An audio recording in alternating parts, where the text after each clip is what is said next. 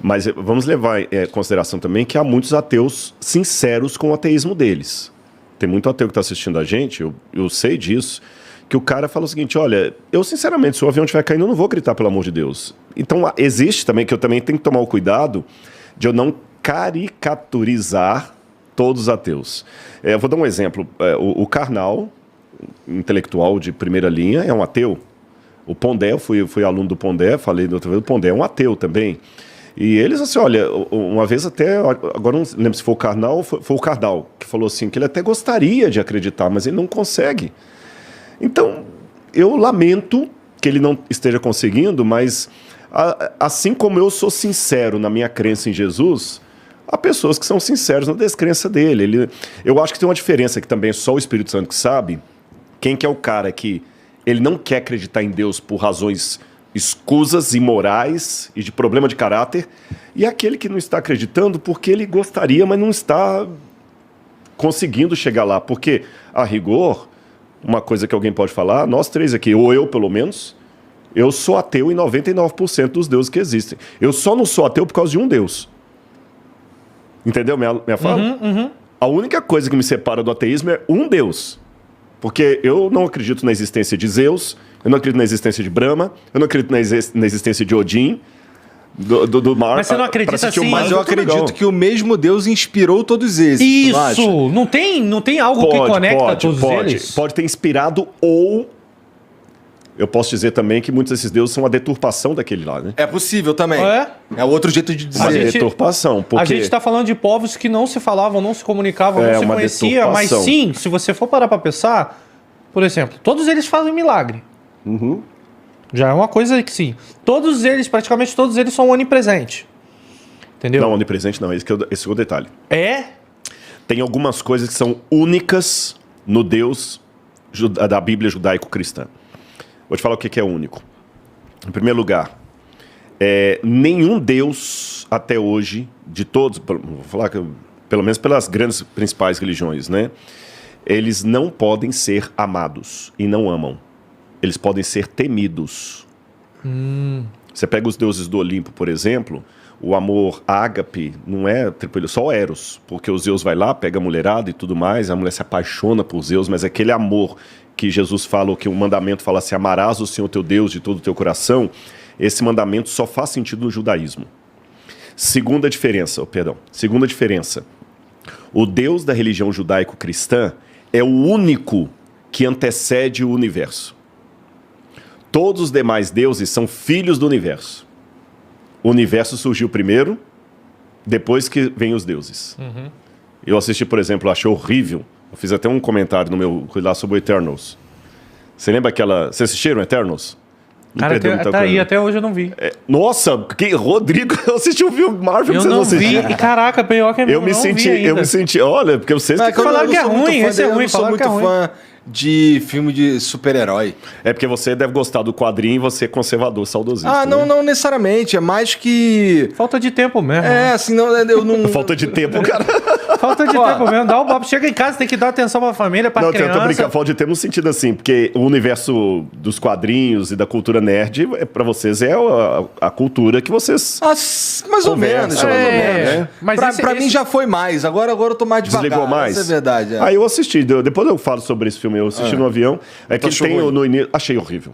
Então, eu não assisti porque falaram que é horrível mesmo. Horrível. E eu falei, até quando eu fiz a análise lá no meu canal, eu falei assim, gente, eu não sou especialista em cultura nerd, mas eu vou fazer um comentário, porque eu vi algumas coisas religiosas ali no filme, mas alguém que conhece mais do universo Marvel pode me corrigir e tudo mais e tal. Mas depois que eu fiz a análise, eu vi muita gente também detonou.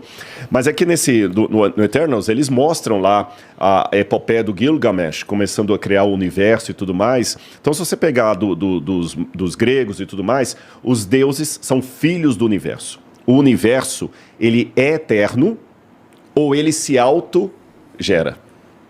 Que são titãs, não é? Não, os titãs já são... Os titãs já são filhos também? Já são filhos também. Você pegar os titãs, você tem primeiro Gaia. É, isso que... Aliás, antes de Gaia, você tem um universo que são forças siderais que se autogeram, tá bom?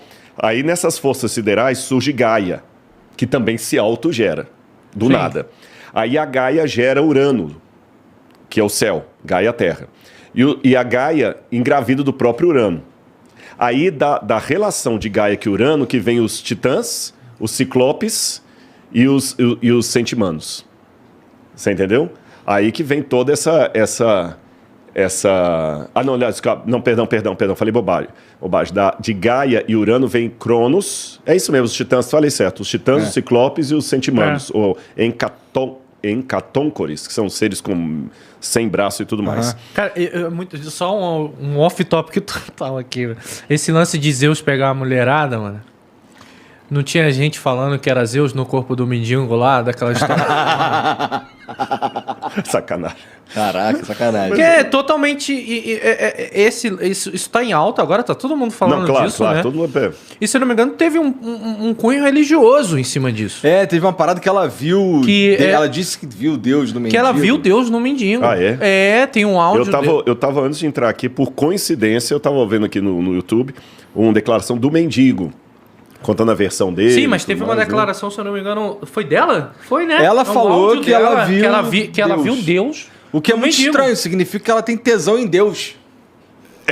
Você vai encontrar Deus, a primeira coisa que você vai fazer o quê? Uma relação sexual com ele? Eu não posso julgar porque é interessante. Até conversando com uma psicóloga sobre esse assunto, a gente estava batendo um papo. Ela falou o seguinte, olha, para analisar se ela estava realmente com um surto psicótico ou não, eu tenho que levar para o consultório, várias sessões para a pessoa se agir, né? Então, quando às vezes assim, na TV, o cara só de ouvir o áudio já fala que tem ou que não tem surto, não sei. Por um lado, eu não posso negar a realidade dos surtos psicóticos, porque eles existem, mas por outro lado, não posso distribuir como ficha de brinde para todo mundo, porque aí eu posso pegar um pedófilo também e falar, o cara também teve um surto, ele viu Deus na criança e desejou a criança. Porque na mitologia, Zeus fazia isso. Fazia. E pra caraca, assim, Zeus era loucão. Não estou emitindo juízo de valores no caso específico aí da mulher, porque eu não sei. Eu só estou dizendo assim, que o pessoal dá emblema, né? Mas então eu estou colocando as diferenças do Deus da Bíblia para os outros. O Deus da Bíblia é o único que antecede a existência do universo e cria o universo. Os outros são filhos do universo. O Deus da Bíblia é o único que é único. Os outros são politeísmo. O Deus da Bíblia é o único que ama e pode ser amado. Os outros só podem ser temidos, mas nunca amados. E o Deus da Bíblia é o único que correspondeu à necessidade contraditória de Deus. Agora deu um nó na cabeça. Qual que é a necessidade contraditória de Deus? Vamos lá. Uma coisa que até Freud admitia, e outros ateus, é que o ser humano nasce com uma projeção para o transcendente. O transcendente é o modo como nós falamos em filosofia do que está acima de nós. Por exemplo, nós nascemos com a noção que criança e leucemia não deveriam estar na mesma frase. Tá. Isso independe da sua cultura, da sua crença ou descrença. É horrível ver a morte de uma criança. Nós nascemos com a noção que a morte é ruim. Agora vamos analisar um pouquinho. De onde vem essa noção de insatisfação? Essa vontade de eternalizar os bons momentos da vida? De onde vem isso? Né? Se não está em lugar nenhum. Estou querendo lembrar o nome de um autor que fala muito sobre isso. Até o sentido do universo, porque todo sistema delimitado, o sentido está sempre fora dele, nunca nele. Se o universo é delimitado, o sentido do universo tem que estar fora dele. Mas se não tem nada além do universo, como dizia Carl Sagan, então o universo não tem sentido. Mas se ele não tem sentido, como eu explico tanta lógica? Percebeu o lance? Então, nesse aspecto assim, nós nascemos com essa abertura para um transcendente. Mas se Deus existisse, que aliás uma oração que todo ateu honesto poderia fazer é: Senhor, que tu existas, amém. Porque convenhamos, mesmo que o cara que está me assistindo agora acha ridículo, nega o que eu acredito, ele é ateu de carteirinha ou agnóstico. Vamos botar aqui. Se for verdade que tem realmente uma volta de Jesus e um novo céu e nova terra, onde criança é muito melhor você. Pô, ia ser da hora. Ia ser da hora. Mas o problema é que ele tem medo de ser punido. Então, mas esse que é o lance. Esse que é o lance, você entendeu? Nele. Então vamos ver. Ele tá cagando. O ateu eu vejo como uma pessoa egoísta, porque ele tá cagando pros outros. Ele tá pensando nele. E ele tem medo que Jesus Cristo ou Deus seja real, porque ele tá fudido. Não é verdade? E olha que interessante. Mais ou menos ali. Não, ele vai ter que dar um braço a torcer. Parece panfletário, mas é verdade. Tem estudos que mostram, nesse meu livro tem as fontes lá, que os ateus demonstram geralmente ter um QI muito acima de pessoas religiosas. Porém, traços muito mais próximos da sociopatia do que os religiosos. Entendi. Entendeu? Deu um QI mais elevado para os ateus, mas traços próximos à sociopatia maior que os religiosos. Menos empatia, menos um monte de coisa. Isso aqui não é papo de crente, não. Isso é pesquisa randomizada, indexada e tudo mais. Bom, mas voltando ao que eu estava dizendo. Nós temos essa vontade que Deus exista. Mas para esse Deus existir e garantir para a gente que a eternidade vai ser boa, esse Deus não pode ter uma criptonita que destrua ele. Porque se tiver uma criptonita, pô, e se o Thanos vier amanhã e arrebentar com esse Deus? Eu tô lascado. Esse Deus não pode ser o Capitão América. Ele não pode ser nem o Superman, porque até o Superman morreu, né? Ele não pode ser a Mulher Maravilha. Ele tem que ser alguém que ele vê o fim desde o princípio. Alguém que não... E se ele mudar de ideia amanhã? E se ele cansar da gente? Então ele tem que ser alguém que está acima de tudo. O próprio universo, só para você ter uma noção, o universo conhecido, ele tem 93 bilhões de anos-luz de distância. A luz, propagando a uma velocidade de 100 mil km por segundo, gastaria 93 bilhões de anos para cruzar o universo. Só que essa parte que só a parte que a gente conhece. 3%. Porque 97% é matéria escura e energia escura. Então, esse Deus tinha que ser alguém... E você vai falar que não tem alguma coisa lá, meu parceiro? Esse Deus, ele tem que ser uma coisa que ele não pode nem ser dimensionado. A gente pensa sempre, a gente só consegue imaginar aquelas dimensões, profundidade, largura e altura. Mas existem outras dimensões, e Deus tem só uma dimensão que é atemporal, no sentido assim, que ele não está preso ao nosso tempo, que ele tem a temporalidade dele, seja a espacial, que ele não está preso ao espaço. É um Deus que não pensa, ele sabe, ele não raciocina, ele já sabe. Então eu preciso desse Deus. Mas, aqui que vem a contradição, ao mesmo tempo que eu tenho uma carência por esse Deus, eu tenho uma carência por um Deus que eu possa amar, abraçar.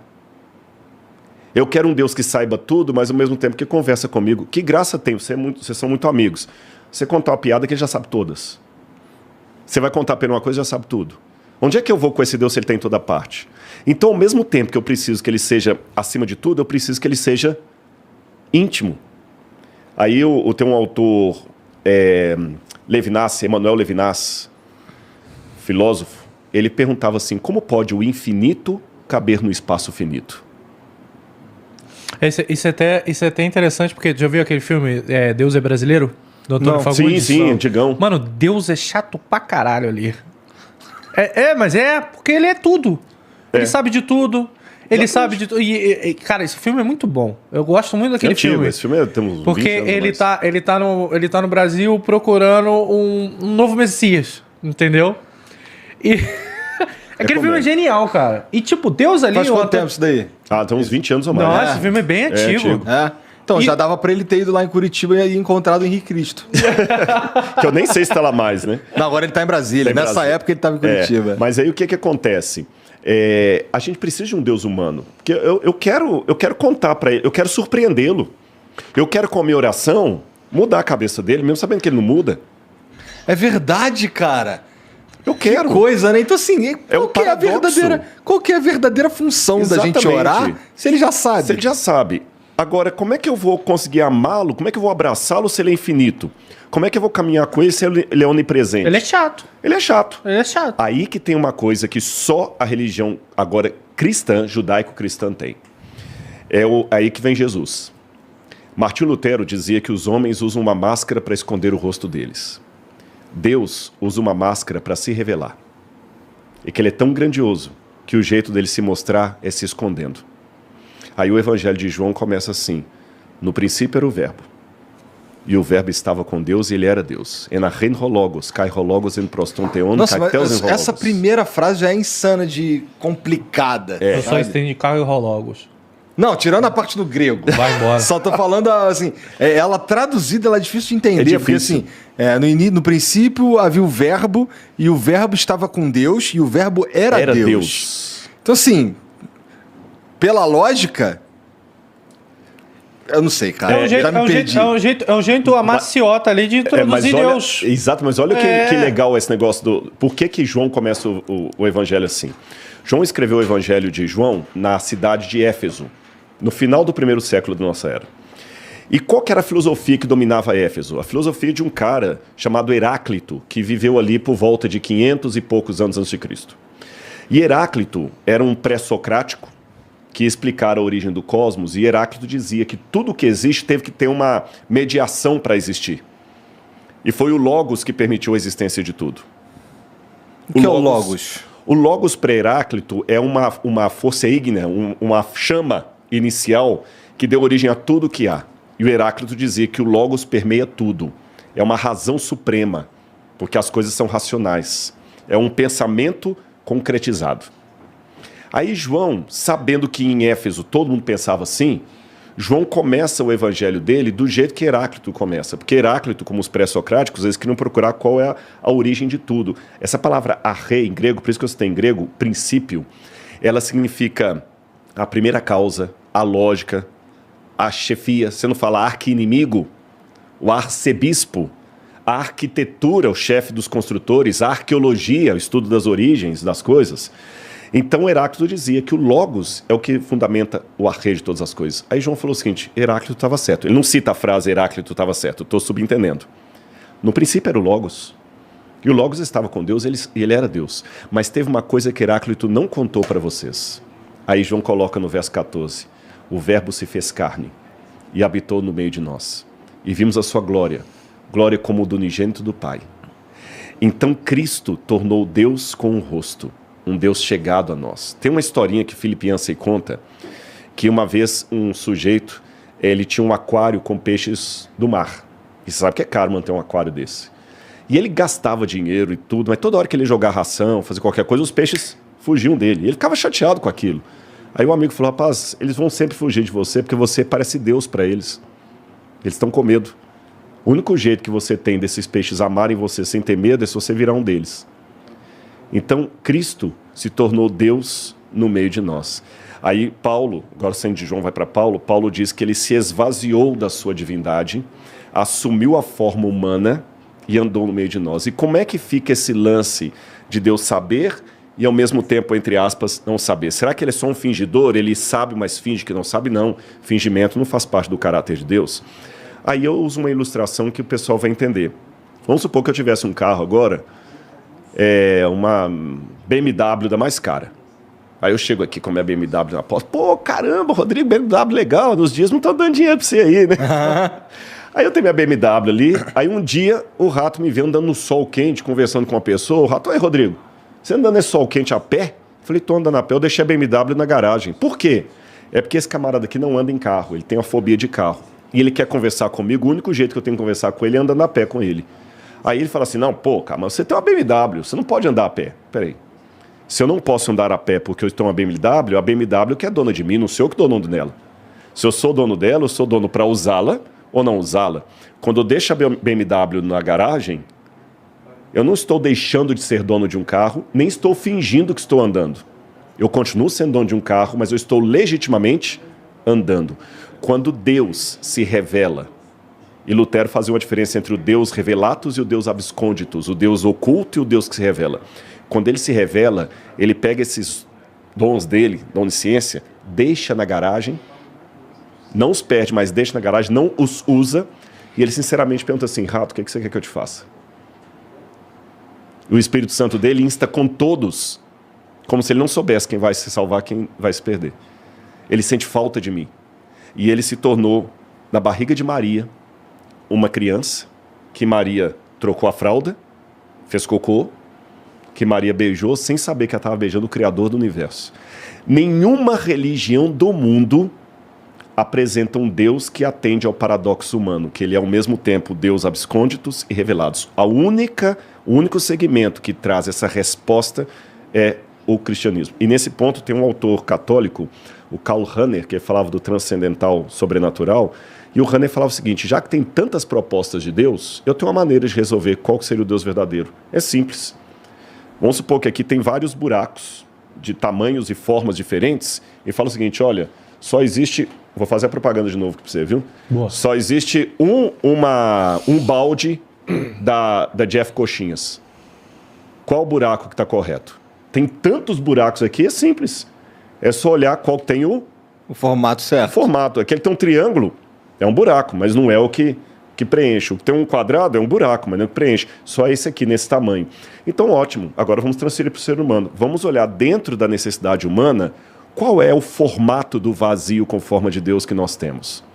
Aí vamos olhar as propostas religiosas, qual que responde. Será que Zeus consegue ser ao mesmo tempo transcendente, infinito e íntimo? Será que os outros deuses que eu podia citar aí, né? Brahma consegue ser? Não, mas Jesus é ao mesmo tempo Deus e homem. Mas isso, na tua opinião, é o que prova que Deus existe? É a necessidade do ser humano de ter um Deus prova que Deus existe? Essa questão do prova é uma pergunta perigosa. Vou te falar por quê. Primeiro, nós temos que falar assim, que tipo de indagação estamos fazendo. Porque mesmo uma prova verdadeira, ela não é absoluta. Em que sentido? O que prova, por exemplo, que a gravidade existe, não funciona se a pesquisa for de cunho psicológico ou filosófico. Você está entendendo? Da mesma maneira, o que prova a existência do átomo não serve nada para provar a cura do câncer. E assim por diante. E Deus, ele está acima das verificações humanas. Então eu posso dizer, São Tomás de Aquino gostava de usar esses argumentos, chamando-os de vias para o conhecimento de Deus. Porque o dia que Deus puder ser provado, ele deixa de ser um axioma e vira um teorema. E se Deus vira um teorema, então ele é provável. Mas se ele é provável, então ele cabe dentro do meu escopo mental. Se ele cabe dentro do meu escopo mental, ele não é grande o bastante para ser Deus. Caralho. Entendi. Cara, é muita reflexão que tem que se ter. Porque, mas assim, mas tá bom, então deixa eu reformular. Esse vazio em formato de Deus, a existência desse vazio em formato de Deus que a gente tem, é suficiente para fazer você crer nele? Sim, entre outras coisas, sim. Entre outras coisas, sim. Na verdade, no final de tudo, tem a questão da minha relação com ele, que é muito pessoal. Mas falando do ponto de vista racional, isso aqui para mim é uma coisa muito forte, porque o vazio está aí. Não tem como negar, ele está aí. O Betinho teve esse vazio, o Rodrigo tem. Esse vazio que você diz é o inexplicável? Essa sede pelo eterno. Por que existe algo ao invés de nada? O ser humano... Interessante, essa é uma boa diferença entre o ser humano e os animais. Nós somos os únicos que queremos encontrar significado nas coisas. Os questionáveis. O cachorro uiva para a lua, mas ele não reflete sobre a lua. O animal, ele tem medo de morrer. Se você for... Ele se assusta, ele avança porque ele tem medo de morrer, mas ele não filosofa sobre o medo de morrer. Você não vê o cachorro, pois é, minha mãe morreu, meu avô morreu, agora eu vou morrer também, já estou com 14 anos. Quer dizer, não existe isso. O ser humano é o único que pensa sobre a sua própria existência. E esse é o pior castigo que o ser humano poderia ter. A ignorância na dádiva. E ao pensar sobre a própria existência, nós também conseguimos enxergar o nosso vazio existencial. E de onde vem isso? A pergunta é de onde vem. Por exemplo, o Freud dizia que nós nascemos com essa carência por um pai universal. Tudo bem. Mas de onde vem essa carência? Porque é estranho você sentir falta de algo que não existe? Mas não é... Assim, eu entendo. Entendo, inclusive, por que isso daí apela tanto para... Na verdade, faz com que a tua crença se reforce. Mas... eu tenho uma certa dificuldade, em ligar a existência desse vazio, que pode ser só uma coisa natural que vem do fato da gente ser autoconsciente. Claro. Eu sei que você falou que provar Deus é difícil, até porque se a gente conseguisse provar, ele não seria Deus de verdade. Mas assim, a existência desse vazio, para mim, ela pode ser interpretada como um fruto da nossa autoconsciência. E não necessariamente a existência de um Deus. Eu acabo preenchendo ela com a crença em um Deus, mas ela não é necessariamente ela não predispõe a Deus. Vamos levar então ao ceticismo absoluto. Igual aquela hora que você me perguntou sobre o católico, eu respondi sobre o budista. Eu potencializei sua pergunta. Eu vou pedir licença para fazer isso de novo. Tá. Eu vou convidar vocês a fazer um exercício comigo de ceticismo ao extremo, que estava muito em voga na época de René Descartes.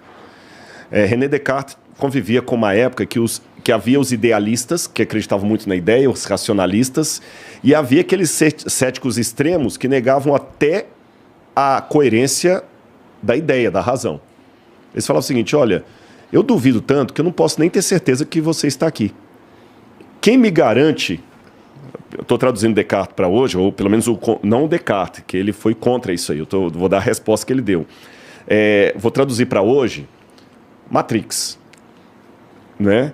Quem me garante... Quando você falou isso, eu pensei em Matrix. Mas, na verdade, o Matrix, que o último também foi horrível. eu tô igual aqueles velhos que só gostam... Esse é um sinal de velhice, né? Não foi muito bom também, não. Quando a música da sua juventude era mais legal, o joguinho era melhor. Tudo... Mas vamos lá. Quem me garante que vocês existem e que o flow existe, ou que eu estou apenas projetando isso aqui, eu estou numa máquina com eletrodos aqui projetando essa realidade, que nada disso aqui existe, tudo isso aqui é algoritmo. Quem me garante? Não havia essa ideia Matrix na época, mas o conceito existia na época de Descartes. É o conceito de metaverso também. Metaverso, exatamente. Aí o Descartes respondeu o seguinte, gente, tá, eu posso até cair, mas tem uma coisa que eu não posso negar. Aliás, antes de entrar nesse negar, deixa eu falar do método de Descartes. Ele falou o seguinte, por que eu vou crer? Aí foi o método cartesiano que eu usei para sustentar a minha fé. Eu vou demolir tudo que eu acredito. Eu vou demolir tudo. E vou começar do zero. Para ver se eu consigo construir um edifício de novo. Com as mesmas peças. Sabe o Lego? Estou vendo um Lego ali. Você desmonta todo, vamos ver se você consegue montar de novo. Se eu montar de novo é porque tem coerência. Agora, depois que eu demolo tudo, tem que sobrar pelo menos uma base. Aí o Descartes falou assim, a base que sobra é o seguinte, ainda que tudo seja uma ilusão, eu tenho que existir. Porque se o rato não existe, se o Igor não existe, é apenas uma ilusão da minha mente, a minha mente tem que existir em algum lugar projetando essa ilusão. É onde vem a famosa frase de René Descartes, cogito ergo sum, em latim, penso, logo existo. Então, pelo menos eu existo. Essa foi a base. Se eu existo, quem me produziu? Será que eu tenho evidências para supor, pelo menos... Porque veja bem, quando a gente fala assim, olha, essa coxinha aqui pode ter vindo da Vila Prudente, ou pode ter vindo lá da loja... Da Zona Sul. Da Zona Sul.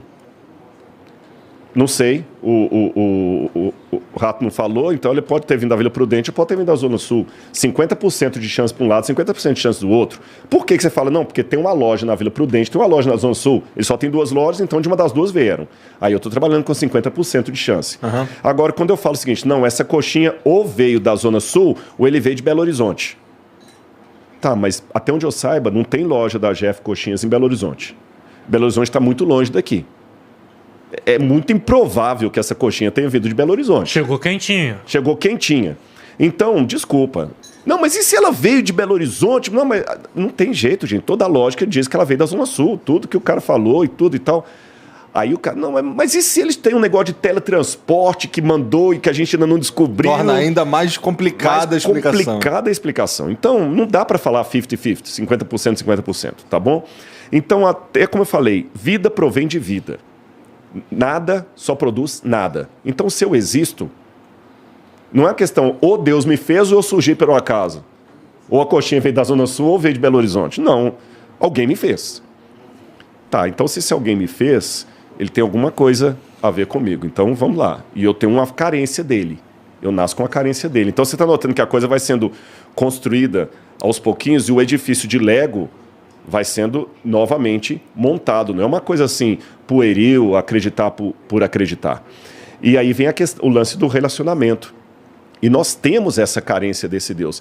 Eu estou tentando lembrar o nome de um autor alemão aqui, gente, está na ponta da língua, daqui a pouquinho eu lembro. Nossa, mas é como se eu tivesse esquecido o nome de Pedro Álvares Cabral aqui. Até vergonhoso isso, mas tudo bem.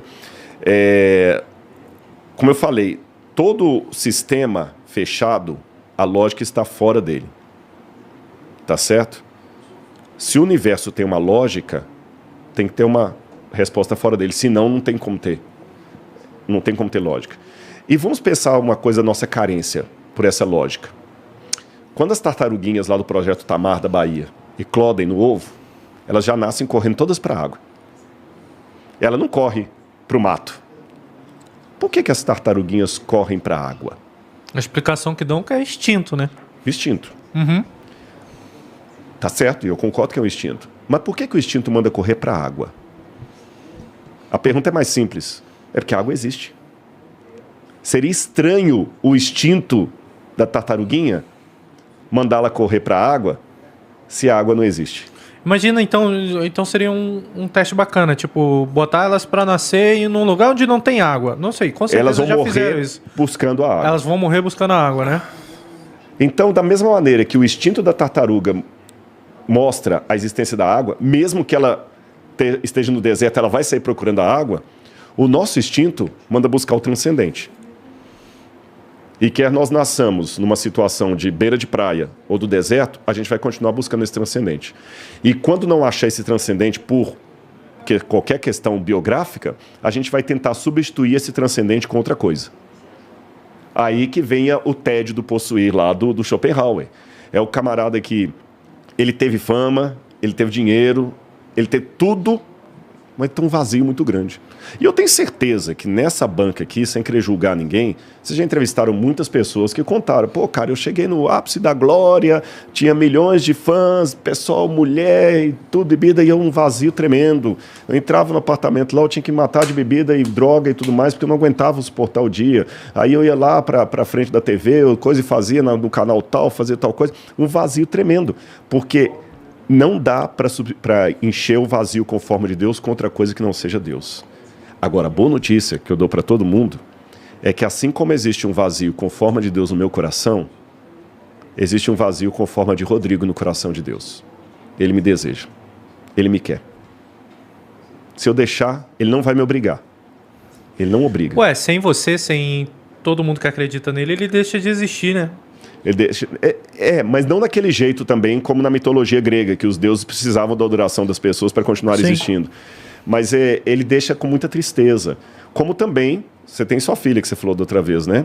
Se ela não te quiser mais como pai, ela te odiar... Eu não sou mais pai dela. Você não é mais pai dela. Você deixa de existir emocionalmente para ela. Mas você está aqui chorando e ainda tentando. Filha, papai está aqui. Mas então, tipo, você fala que Jesus Cristo vai voltar. Beleza. Uhum. Teve todo um raciocínio aqui de como Deus se introduziu na nossa sociedade, vamos dizer assim, de uma forma bacana, que nenhum Deus fez. Uhum. Eu vejo como uma forma bem inteligente, porque se eu vejo Deus sem ser numa forma humana na minha frente, é capaz de eu morrer infartado. Com certeza. Eu acho que todo mundo, assim, se eu não me engano, tipo, tem até filmes, Constantine.